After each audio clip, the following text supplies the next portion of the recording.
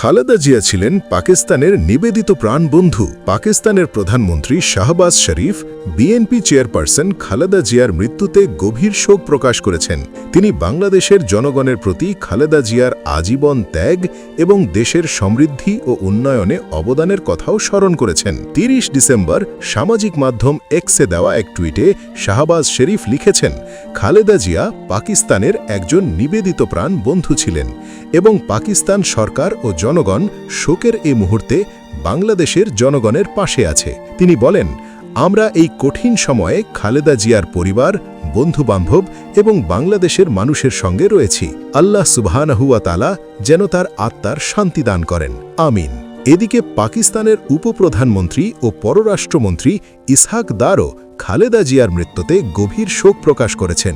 এক্সে দেওয়া বার্তায় তিনি খালেদা জিয়ার আত্মার মাগফিরাত কামনা করেছেন এবং শোকসন্তপ্ত পরিবারের প্রতি গভীর সমবেদনা জানিয়েছেন।